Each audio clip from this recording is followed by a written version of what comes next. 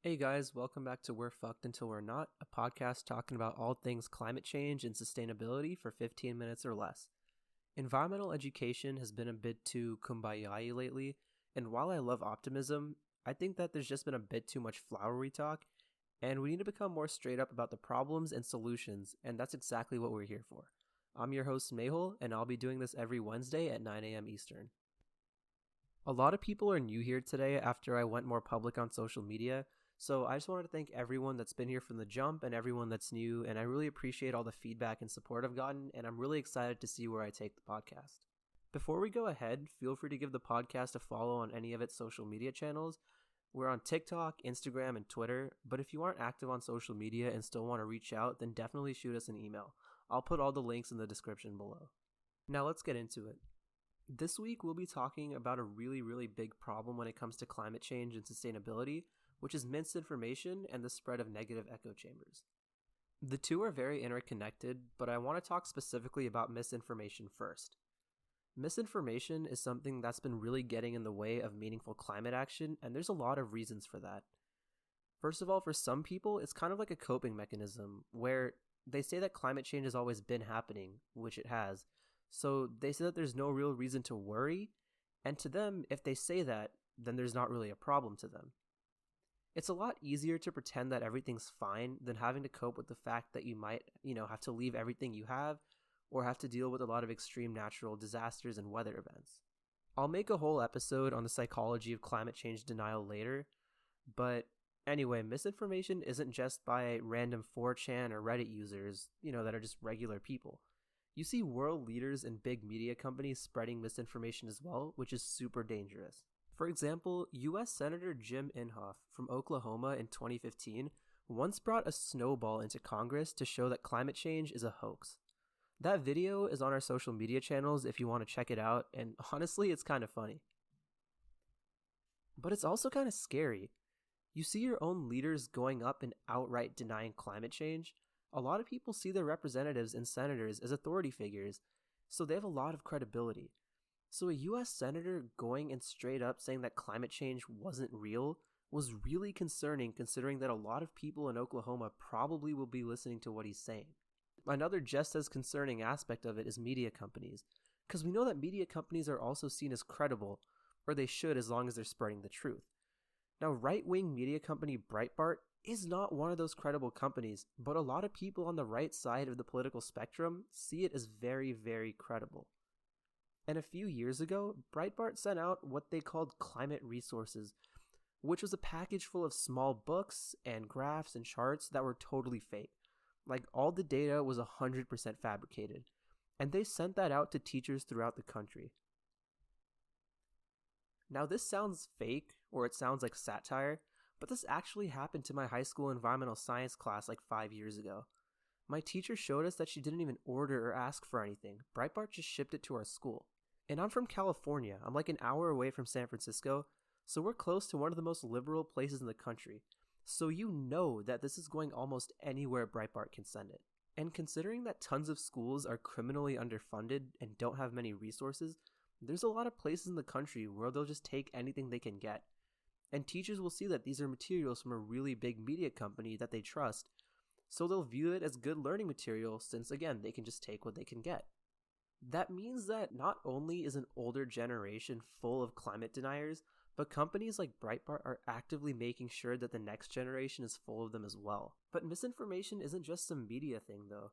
Believe it or not, a lot of the apps that you use every day play a really big part in climate misinformation.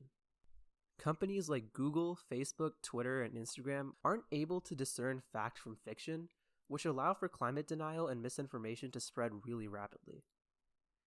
There's a super good documentary about this on Netflix called The Social Dilemma.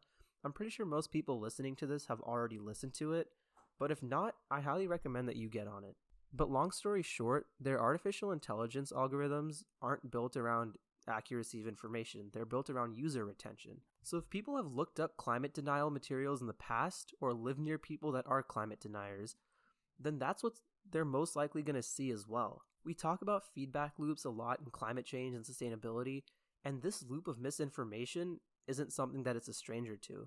But holding big tech accountable for this is also damn near impossible, considering that most of Congress and definitely most of the American people don't really understand how this technology works. But that's something we can go into in a later episode. Now, a consequence of all this is that these companies allow for what are called echo chambers, which we'll talk about in just a second. While we're on the topic of sponsorships, the organization that I'll be donating 20% of all proceeds to this month is the Indigenous Environmental Network.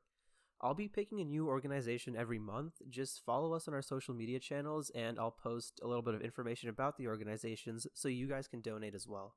Back to echo chambers though. An echo chamber is an environment where someone sees opinions and beliefs that match their own, which only reinforces their own views and doesn't really allow for much subjectivity. This can actually lead to radicalization because it gives more radical opinions a platform. And people are sticking to these for climate denial without seeing the facts that literally say otherwise. Someone DM'd me on Instagram a couple of days after my episode on albedo dropped, and that's what kind of inspired this episode actually. He saw one of my reels and said that climate change was a hoax, and to be completely honest, I usually ignore people that try to troll this, but for the sake of this episode, I decided to engage and see what'd come up. So he said that he was in some Reddit group of people trying to make the media accurate again, which is an awfully familiar slogan.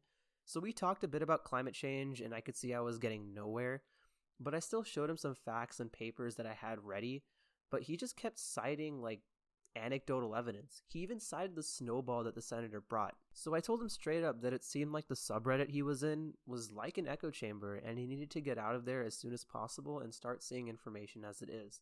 He then made the argument that my podcast itself is an echo chamber and that I shouldn't talk about other echo chambers because it doesn't, and I quote, push the agenda that I want. Now that argument makes sense, except for the fact that it's ridiculously stupid, because while he's right that climate echo chambers do exist, they're not pushing something like he thinks they are.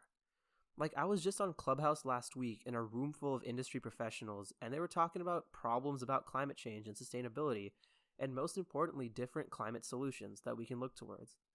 That right there is technically an echo chamber too, right? But that and my podcast aren't trying to advance some sort of political agenda that climate deniers think we are. And I'll be perfectly clear here. Climate change is not an agenda. It's very intersectional, meaning that while there are political elements involved, there's a lot of social, environmental, and economic parts of it as well.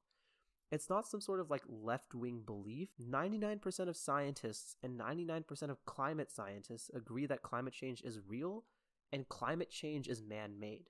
So left, right, or center, that doesn't change the fact that climate change is almost an existential crisis.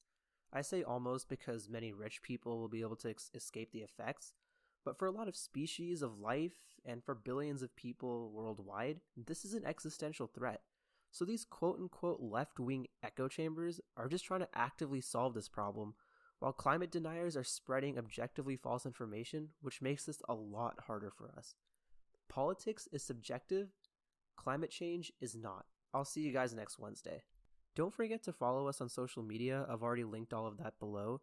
If you've got any questions or comments and feedback, or you want some more resources, or if you've fallen in love with the sound of my voice, DM the podcast on Instagram, Twitter, TikTok, or email us. We're active on absolutely everything, and I hope you guys enjoy the rest of your week.